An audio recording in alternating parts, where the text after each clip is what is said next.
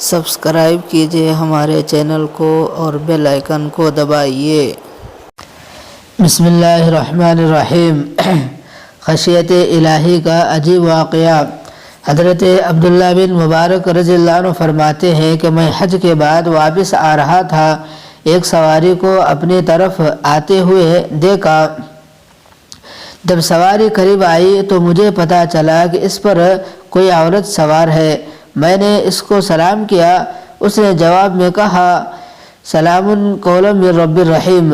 اس نے آیت پڑھی تو میں سمجھ گیا کہ اس نے میرے سلام کا جواب دیا ہے۔ میں نے پوچھا آپ کہاں سے آ رہی ہو؟ کہنے لگی تم حج اور عمرہ اللہ کے لیے مکمل کرو۔ میں سمجھ گیا کہ زیارت حرمین شریفین کے بعد آ رہی ہے۔ میں نے پوچھا یہاں کہا؟ کہنے لگی اللہ جسے گمراہ کرے اسے ہدایت دینے والا کوئی نہیں ہوتا۔ میں سمجھ گیا کہ راستہ بھول گئی ہے۔ میرے انداز میں وہ بوڑھی عورت تھی۔ میں نے پوچھا اماں کدھر کو یعنی کدھر جانا چاہتی ہو؟ کہنے لگی ادخلوا المصران انشاءاللہ آمنین۔ میں سمجھ گیا کہ وہ شہر جانا چاہتی ہے۔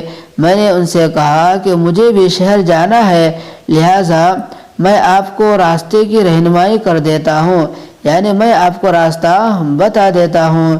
کہنے لگے وَأَحْسِنُوا إِنَّ اللَّهَ يُحِبُّ الْمُحْسِنِينَ۔ تم نیکی کرو، اللہ تعالیٰ نیکوکاروں سے محبت کرتے ہیں۔ میں سواری کی نکل پکڑ کر چل پڑا۔ کچھ دور چلنے کے بعد میں نے عربی کے چند اشعار پڑھنے شروع کر دیے۔ وہ کہنے لگی پڑھو جو کچھ تمہارے لیے قرآن میں سے آسان کیا گیا ہے۔ میں خاموش تو ہو گیا مگر سوچتا رہا کہ یہ عورت کون ہے۔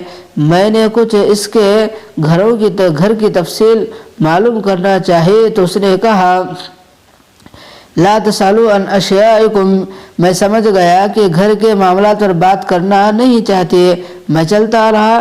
شہر کے قریب آ کر میں نے اس سے پوچھا شہر میں آپ کو کس سے ملنا ہے؟ کہنے لگی المال والبنون زینۃ الحیات الدنیا۔ میں سمجھ گیا کہ اللہ نے اس کو مال اور بیٹی بھی عطا کیے ہیں۔ چنانچہ میں شہر میں داخل ہوا۔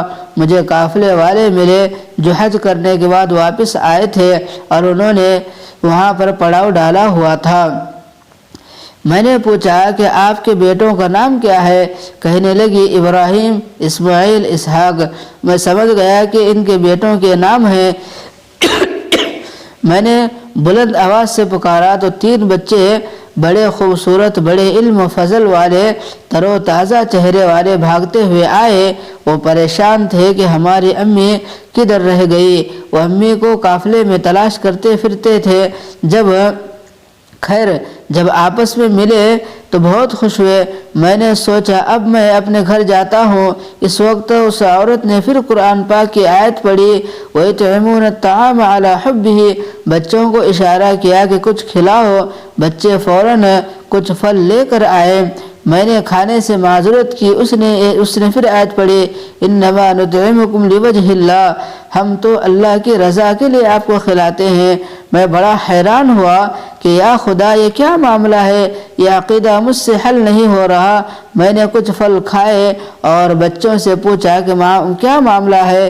جب سے آپ کی والدہ مجھ سے کلام کر رہی ہے، میری ہر بات کے جواب میں یہ قرآن پاک کی آیت پڑھ رہی ہے۔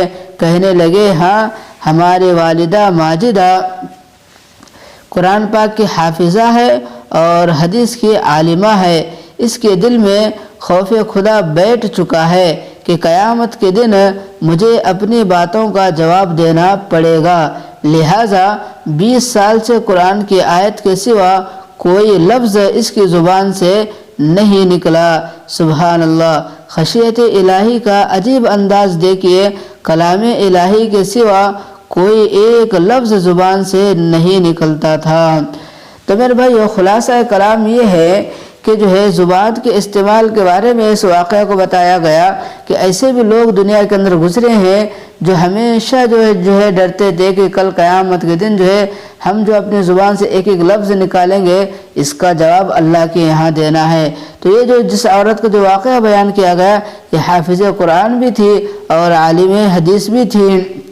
تو فرمایا 20 سال سے انہوں نے جو ہے کوئی لفظ جو ہے اپنی زبان سے نکالنے کے بجائے ہر جواب جو ہے یعنی جو ممکن جواب ہوتا وہ قرآن سے دینا پسند کیا۔ کیوں؟ اس لیے کہ وہ جانتی تھی اگر میرے زبان سے کوئی لفظ غلط نکلا یا کوئی ایسا لفظ نکلا جس سے کوئی انسان ناراض ہوتا ہو یا جو ہے اللہ ناراض ہوتے ہو تو اس پر میری پکڑ ہوگی۔ اسی ڈر کی وجہ سے، اسی اللہ کے خوف کی وجہ سے انہوں نے جو ہے اپنے زبان کا صحیح استعمال کیا۔ تو اس لیے ہمیں بھی چاہیے کہ ہم بھی جو ہے اپنے زبانوں کا صحیح استعمال کرنے والے بنے۔ بس اللہ سے دعا ہے کہ اللہ تعالیٰ جو ہے مجھے اور آپ کے ان تمام باتوں پر عمل کی توفیق عطا فرمائے۔